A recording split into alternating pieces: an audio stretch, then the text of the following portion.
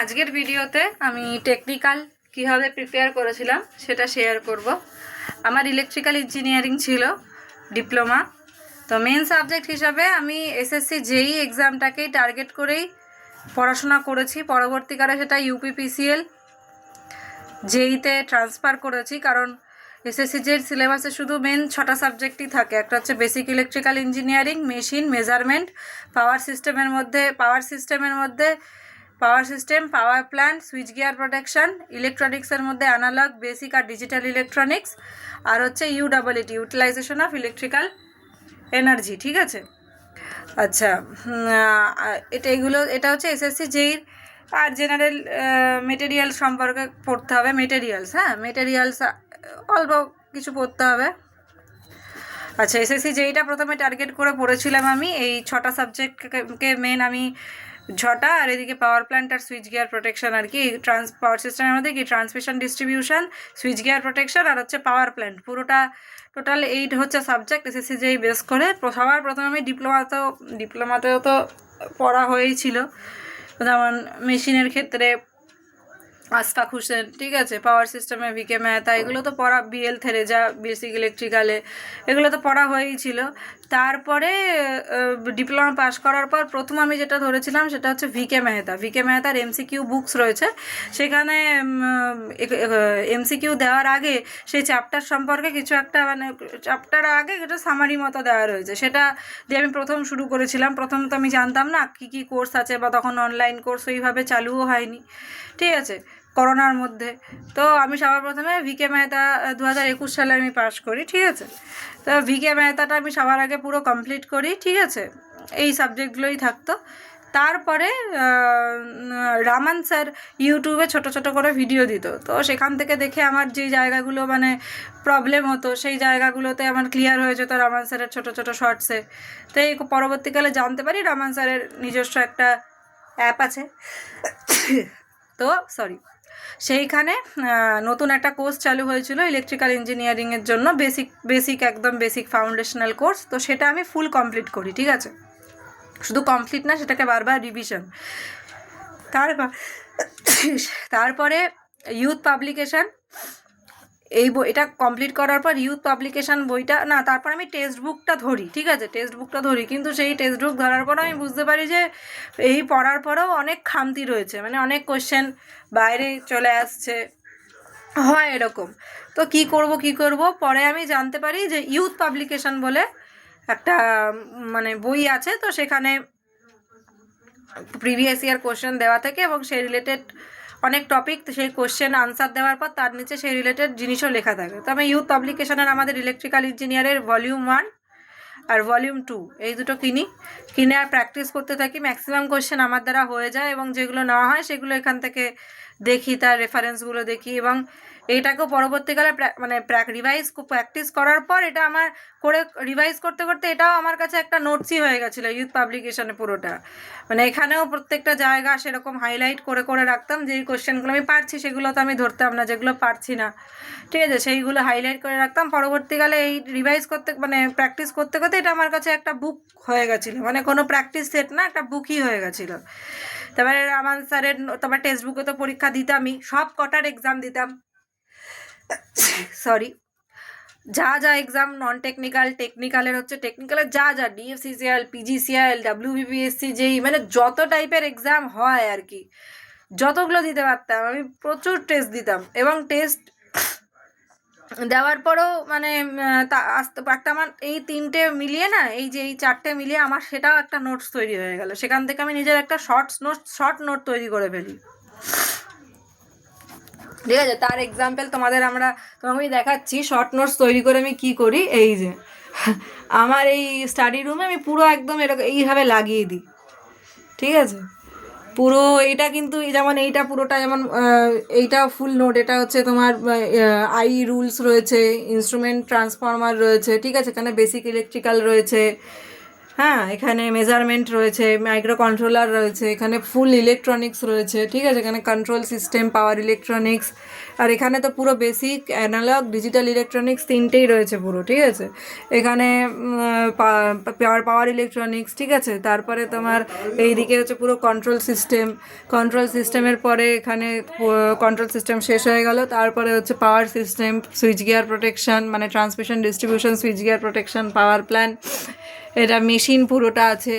আচ্ছা, ওদিকে utilization of electrical energy full রয়েছে। তারপর এখান থেকে শুরু হচ্ছে আমার মাইক্রো প্রসেসর, এবার পুরো পিএলসি, ঠিক আছে, এই যে পুরো পিএলসি, আর এটা হচ্ছে আর্থিং, ঠিক আছে, টাইপ অফ ফায়ার, এখানে হচ্ছে সাপোর্ট, ঠিক আছে, লাইন সাপোর্ট, পুরো আমি এরকম শর্ট নোট নিজের তৈরি করে ফেলি। তাছাড়াও একটা শর্ট নোট আমার রয়েছে, সেটা প্রথমে খাতায় A4 নোটে, মানে 4 পাতা 10 পাতার নোটকে আমি 4 পাতায় আনলাম, সেই 4 পাতা থেকে যে 2 পাতাটা হলো সেটা হচ্ছে আমার পুরো দেওয়ালে আমার আটকানো রয়েছে। আমি যখনই প্র্যাকটিস করতে করতে বা টেক্সট বুকে পরীক্ষা দিতে দিতে, ইউথ প্র্যাকটিস করতে করতে যখনই আটকাতো আমার সামনে থাকতো, যা আটকাচ্ছে, মানে আমার লাস্ট পর্যন্ত প্র্যাকটিস করতে করতে আর শর্ট নোট তৈরি করে আমার এই যে নোটস পুরো দেয়ালে দেখছো তোমরা, এমন হয়ে গেছিলো যেন কোশ্চেন এখান থেকেই আমার কমন আসতো। মানে সেটা তো সিঙ্গেল জায়গা নয়, ভিকে মেহতা, রহমান স্যার, আচ্ছা মাঝখানে আমি জেবি গুপ্তাও প্র্যাকটিস করেছিলাম, তারপরে হচ্ছে আরেকটা বই আমি নামটাও ভুলে গেছি, তখন WBSCTCL এর একটা ভ্যাকেন্সি বেরিয়েছিল, আর দিয়ে কি একটা বই, আমি যাই হোক এখন ভুলে গেছি নামটা, ওই বইটাও পুরো শেষ করেছিলাম, ওখান থেকেও নোটস তৈরি করেছিলাম। মানে ভিকে মেহতা, ওই আরেকটা MCQর একটা বই ছিল, ওই বইটা, রামান স্যারের নোট, টেক্সট বুক থেকে নোট, ইউথ পাবলিকেশনের নোট, পুরো কম্পাইল করে আমার এই নোটস, এমন না যে সিঙ্গেল সোর্স থেকে নেওয়া। মানে আলটিমেট আমার এই লাস্টে আমি এমন দেখতাম যে পরীক্ষায় যা কমন আসছে, যা সূত্র দিয়ে আসছে, যা আসছে আমার এই দেওয়ালের নোট থেকেই আসছে, ঠিক আছে, বহুত খাটনি হয়েছিল এর পেছনে। তারপর কি করতাম, লাস্টে দেখছি এগুলো তো সব হয়েই গেছে, তাও আমি রেগুলার রিভাইজ করেই যেতাম, কিন্তু লাস্টে এমন হয়ে গেছিলো আর এগুলো পড়তেই হতো না। 2024 সাল থেকে তো আমাকে এগুলো আর পড়তেই হতো না। তখন আমি কী করতাম, টেক্সট বুকে পরীক্ষা দিতাম, পরীক্ষা দেওয়ার পর ধরো 100টা কোশ্চেন, টেক্সট বুকেও আমি র্যাঙ্কে থাকতাম, তোমরা হয়তো দিতে গিয়ে কোনো প্রিভিয়াস দিকতে গিয়ে আমার নাম হয়তো দেখতেও পারবে, টেক্সট বুকেও র্যাঙ্কে থাকতাম। তো টেক্সট বুকে পরীক্ষা দিতে দিতে ধরো 100টার মধ্যে আমি 80টা কোশ্চেন দেখছি, এটা আমি 2024 থেকে শুরু করেছিলাম, ঠিক আছে। ফেসবুকে পরীক্ষা দিলাম, 100র মধ্যে আমি 75 পেলাম, 75টা কোশ্চেন আমার জানা, সেই জানার মধ্যেও কিছু অজানা থাকে, টেক্সটবুকের নিচে যেমন দিয়ে দেয় তার রেফারেন্স, ঠিক আছে। তারপরে বাকি 25টা কোশ্চেন আমি ওটা নোট করতে থাকলাম, নোট করে এরকম পার ডে, তখন আমি 24 সাল থেকে পার ডে 2-3টে এক্সাম দিতাম, কারণ আমার তখন নতুন কিছু পড়ার ছিল না, যা পড়েছি ওটাই আমাকে, কারণ অনেক ধরনের পরীক্ষা দিতে গিয়ে দেখবে যা পড়েছো সেই কোশ্চেনের বাইরেও অনেক কোশ্চেন আসছে। তখন আমি টেক্সটবুকটাকেই আমার মানে মেন ছিল আমার টেক্সটবুকে পরীক্ষা দিতাম, দিনে 2-3টে পরীক্ষা দিতাম, সেখান থেকে যেগুলো আটকাতো সেইগুলো নোট করতাম, ঠিক আছে, শুধু প্র্যাকটিস করতাম 2024 সাল থেকে। 22 সাল তো আমার ভিকে মেহতাতেই কেটে গেছে, 23 সাল হচ্ছে রামান স্যার আর ইউথ পাবলিকেশন তৈরি করতে, আর 24 সালের প্রথম দিকে মানে যা আমার টেক্সটবুকে আমি ফুল ফোকাস করতাম, মানে যেমন 22-23-এ টেক্সটবুকে পরীক্ষা দিতাম হয়তো দিনে, তো 22 সালে তো সপ্তাহে একটা দিতাম, ঠিক আছে, 23 সালে আমি রেগুলার একটা করে দিতাম, 24-এ আমার সেটা পার ডেতে শুধু টেক্সটবুকই আমার মেন জিনিস হয়ে গেছিলো। তখন এই দেয়ালের নোট আর টেক্সটবুক, আমার দেয়ালের নোটের বাইরে তারপরে আর 24-এ দেখতেই হয়নি, আর টেক্সটবুক থেকে যা যা আটকাতো সব কিছু নোট করতাম, ওটাই আমার পরবর্তীকালে বুকের মতন হয়ে গেছিলো, মানে পুরো ফাইল আছে আমার, ঠিক আছে। আর ওখান থেকে কোশ্চেন কমন চলে আসতো, অদ্ভুত ব্যাপার, কারেন্ট অ্যাফেয়ার্স বলো, টেকনিক্যালের অনেক কিছু কিছু যেগুলো আমাদের জানার বাইরে, সেইগুলো আমি কমন পেয়ে যেতাম, এমন হয়ে যেত। আমি তো 2024 সালে 23 সাল আমি এমন হয়নি যে কোনো পরীক্ষা পাশ করিনি, প্রত্যেকটা পরীক্ষা আমি প্রথম থেকেই পাশ করতে আসছি, কিন্তু প্রিলিমস হতো, জিআরএসিতে সবার আগে আমার ক্লিয়ার হয়েছিল জিআরএসি, ঠিক আছে, জিআরএসিতে হলো, স্কিল টেস্ট দিতে গেলাম, ওখানে গিয়ে হলো না, ঠিক আছে, তারপরে আইবিতে শুরু করে সব জায়গায় হতে হতে TCL হতে হতে আমার মানে ফাইনালে গিয়ে কেটে যেতাম। তা যবে থেকে আমি এইটা স্টার্ট করেছি না, মানে চাকরিটা পাওয়া কি 1-2 নম্বরের ব্যাপার, মানে তুমি চাকরি পাচ্ছ কি পাচ্ছ না শেষ পর্যন্ত, টেক্সট বুকটাকে যবে 2024 সালে আমি মেন ফোকাসে যুগে যা আটকাতো তা লিখতাম, ওখান থেকে কোশ্চেন, তখন আমার প্রথম পরীক্ষা পাস হলো হচ্ছে নর্দার্ন কোলফিল্ডে, তো আমার কত 100-তে 85 নাম্বার এসেছিল, আমি জেনারেল ক্যান্ডিডেট, ঠিক আছে, ইলেকট্রিক্যালে 85 নাম্বারে, তারপর থেকে যত পরীক্ষা দুয়ার ধার একদম সব কটাতে র্যাঙ্ক, ঠিক আছে, যা কোশ্চেনে কমন তো পেয়েই যেতাম, অর্ধেক কোশ্চেনে এত প্র্যাকটিস করার পর পুরো কোশ্চেন কমন পেয়ে যেতাম। আচ্ছা, তারপর একটা কথা বলি, একটা ইয়ে রয়েছে, ভলিউম 1-2 প্র্যাকটিস করার পরে অবশ্যই ইউথের ক্যাপসিউল রয়েছে, ঠিক আছে, ক্যাপসিউল, ইউথ ক্যাপসিউল, ওটা লাস্টে গিয়ে আমি পড়েছি, মানে 2024 সালের কথা বলছি আমি। এই ইউথ ক্যাপসিউল, নিজের শর্ট নোটস আর টেক্সট বুকটা আমি পুরো ফোকাস করেছি। আর 2022 সালে তো আমার এসএসসি যে প্রিলিমসই ক্লিয়ার হয়নি, 119 মার্কস ছিল, আমার 123 কাট অফ ছিল। 2024 সালে আমার প্রিলিমস ক্লিয়ার হয় ভালোভাবেই, 23 সালে, 22 হয়ে গেল, 23 সালে প্রিলিমসও ভালোভাবে, প্রায় 9 মার্কস এক্সট্রা ছিল আমার। মেন্সে আমার 245 কম মার্কস ছিল, তো আমার হয়নি। তখন আমি নিম্বাস লার্নিং থেকে একটা এসএসসি যেই মেন্সের ওপর ফোকাস করে একটা কোর্স বেরিয়েছিল, সেখান থেকে আমি কোর্স নিই, করার পর সেই নোটস ফোর্স সব রেডি করি। পরবর্তীকালে এই নোটসটা আমাকে অনেক কাজে দিয়েছিল, কারণ এখনকার দিনে বর্তমানে ডিপ্লোমা লেভেলেও মানে বিভিন্ন এক্সাম দিতে গিয়ে যে কোশ্চেনগুলো আসছে, তোমার নলেজ ক্লিয়ার করাটাও যেমন দরকার, প্র্যাকটিস তো অবশ্যই দরকার, নলেজ ক্লিয়ার রাখাটাও, বিভিন্ন টাইপের কোশ্চেন ক্লিয়ার করাটাও দরকার। তো নিম্বাস লার্নিং থেকে আমি একটা কোর্স নিয়েছিলাম 500 টাকা দিয়ে, ঠিক আছে, ক্র্যাশ কোর্স এসএসসি যে, সেখানে যা কোশ্চেন সলভ করিয়েছিল মেন সাবজেক্টের ওপরে, মানে আমার ওটা মানে এখনও ওটা আর কি কী বলবো, ওই দারুণ মানে হয়েছিল ওইটা। তারপর 2024 সালে তো প্রিলিমসে ক্লিয়ার করি, মেন্সে 275 আসে 300-তে, তাও আমার আর কি লাস্টে ওই কি central institute of Indian languages, ওখানে জুনিয়র ইঞ্জিনিয়ারে ওটা আর কি হয়। যাই হোক, সিপিডাব্লিউডি আমার মেন ফোকাস ছিল, সিপিডাব্লিউডিতে আমার হয়নি, ঠিক আছে। আরআরবি যেই 2024, তখন তো আমি অলরেডি চাকরি করছি। তখন আমি কি করেছিলাম, যেহেতু চাকরি করছিলাম, এসে আবার পড়ার টাইম হতো না, তখন নিম্বাস লার্নিং থেকে আরআরবি যেই এর একটা সেই 500 টাকা দিয়ে একটা কোর্স নিয়েছিলাম।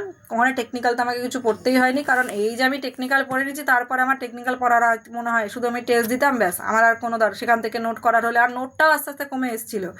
টেক্সট বুকে পরীক্ষা দিয়ে নোট করতে করতে সেই নোটটা ধীরে ধীরে অনেক কমে এসেছিলো, তো আমাকে বেশি নোট করতে হতো না, আমি একদিনে 1, 2, 3, 4 পরীক্ষা দিতাম।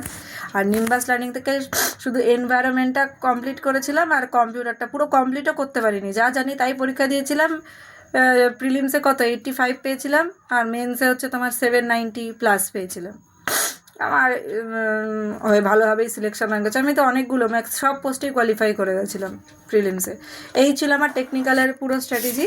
আর এক্সট্রা যে সাবজেক্টগুলো তোমার পড়তে হবে, পড়েছিলাম আমি, কারণ ইউপিপিসিএল যেইটাকে পরে ফোকাস করেছিলাম এসএসসি যেই থেকে, কারণ অনেকগুলো সাবজেক্ট রয়েছে আর আসছিল কোশ্চেনগুলো, microprocessor, microcontroller, PLC, control system, power electronics, wiring, earthing, types of fire, battery, line support, I rule, instrument transformer, ঠিক আছে, এগুলো নিয়ে পড়েছিলাম। আর ইউথ দেখলে তুমি বুঝেই যাবে কী টাইপের আরও তোমাকে পড়তে হবে, সেটা তুমি ইউথ আর টেক্সট বুক ঘাটলে অলরেডি বুঝেই যাবে। এই হচ্ছে আমার পুরো টেকনিক্যালের স্ট্র্যাটেজি ছিল, ঠিক আছে। এই বলে আমি ভিডিওটা বন্ধ করলাম। যদি তোমরা নোটস চাও বা কোনো সাবজেক্ট জানতে চাও, সেটাও বলো, তাহলে আমি চেষ্টা করব চ্যানেলে দেওয়ার। মানে আমি এত ঘেটে ঘুটে নিজের যে আলটিমেট নোটস তৈরি করেছি, আমি চেষ্টা করব সেটা শেয়ার করার।